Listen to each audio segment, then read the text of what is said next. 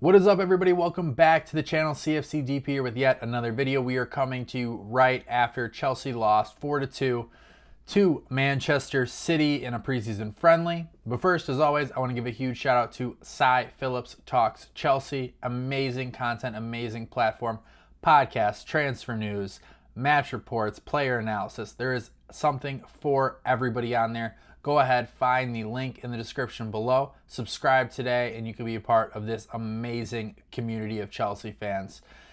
Moving on to the game, 4 goals Chelsea gave up in this match, 4 goals against Celtic, and more than not, all of them are just because we don't know what we're doing at certain points. And that's fine. It's a new system. Time will tell if this is the system that can work with these players. But I'm not ready to throw in the white towel at this point. But, you know, Moises Caicedo, his first 45 on since, you know, coming back, coming into the squad, coming into training, looked very uncomfortable. 2 misplaced passes led to 2 goals specifically. Tosin probably could have done a little bit more. Sanchez probably could have saved the penalty. Nevertheless, shouldn't have been in those positions. Caicedo made 2 critical errors that led to 2 goals. So getting comfortable in the system is going to be very important for that midfield, especially the one that's covering those 3 center backs. And Moises Caicedo needs to be better. I believe he will.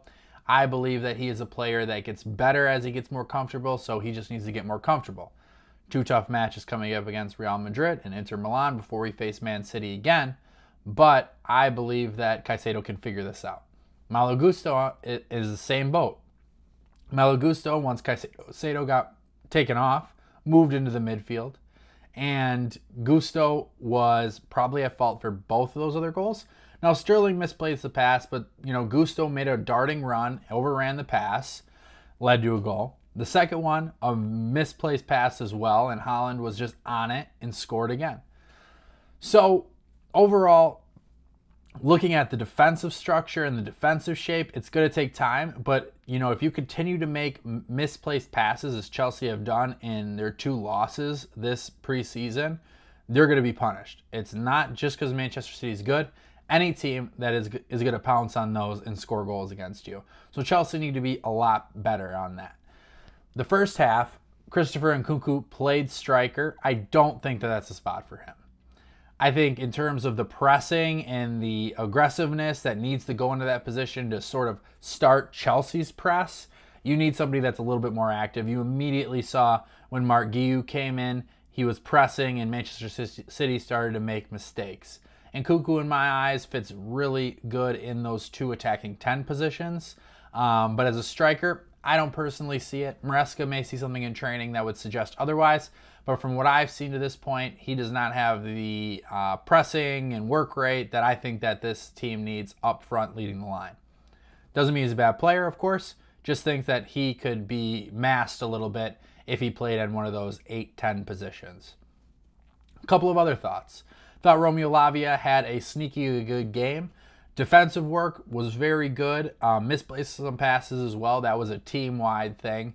But his ability to look forward and catch the ball on the half turn was very impressive. If you saw on that last goal at the end that he assisted in, and what a pass, by the way. Absolutely sensational. But he comes back, does his defensive work, gets the tackle, gets the ball back from Nkunku, and plays a beautiful over-the-top ball to Madueke that he finishes off. Romeo Lavia has been the standout player thus far in the preseason for me. I think you're understanding why Chelsea were so high on him when they purchased him. But, you know, consistency is key. Doing it every single match, time and time again, is very, very important. A couple of other players I want to highlight. Enzo Fernandez, Caicedo, and Lavia all play together. Enzo was playing as one of those attacking 8s in those in that right channel mostly. Wasn't the best game from Enzo. Thought he looked a little indecisive, a little unsure. Had some opportunities to make some good plays. Didn't really come to fruition. But you do see that he can kind of work with Mudryk on that right-hand side, or whoever the right winger is. And I think that there's opportunities there to play some of those weighted through balls in that could lead to goals in the future. Furthermore, I thought the back line had an overall rough day. Just with their passing in general was bad. Defensively, I thought they did fine. But like I said, we make our own mistakes. Your people are out of position, and now you have some real problems. Not worried at this point. Overall, I think that Chelsea need more time. I think this is a project. I think it truly is a project. I think this isn't going to take at least 6 months to really start to be like, okay, now I sort of get it, right? We're less than a month, maybe a little over a month in since the whole squad's been together, and you are starting to see some signs. You're seeing some counter pressing. You're seeing some good build-up play. You're seeing some dynamic long ball passes from your midfield, from your center backs. There's a couple of things that you can latch onto and be like, okay, they're getting some of the basics to start. But for all these things to come together, it's going to take a little time. Now, like I said before, we have a gauntlet of a schedule coming up. Real Madrid, Inter Milan, Man City again. 3 formidable opponents, 3 champions of their own domestic leagues at this point. So Chelsea will have it, their work cut out for them at this point. I do believe in Enzo Maresca. I believe Enzo Maresca is the guy for the job. I think it is just something that's going to take time. I think all Chelsea fans need to pump the brakes a little bit. Don't be too worried. If it's 6 months in and we're still seeing the same mistakes, then I would be worried. But as of right now, you just have to kind of hang on to good performances and kind of run with it. Another guy, last one, Raheem Sterling, I think has looked very sharp in preseason. Seems more comfortable in this role. Seems like he has worked on his body. He's worked on his decision making. Scored a very nice goal. Had some other very nice interchanges with that left attacking aide and the fullback. So I think Sterling could be a big winner from this. Mudryk was very pedestrian on the right-hand side. Don't think that side works for him. Don't know really what the plan is for him at this point. There's talent there. His speed is very critical in this system, especially with those weighted through balls, but we just haven't seen it yet at this point. Other players we haven't seen as well. Renato Vega has not played. Jorgensen did not come on today, so there are some questions that we will have looking forward that I hope to get answered in these next few matches. As always, we'll be following it right here very closely with you on this channel. We'll be doing a live watch along for all these matches coming up.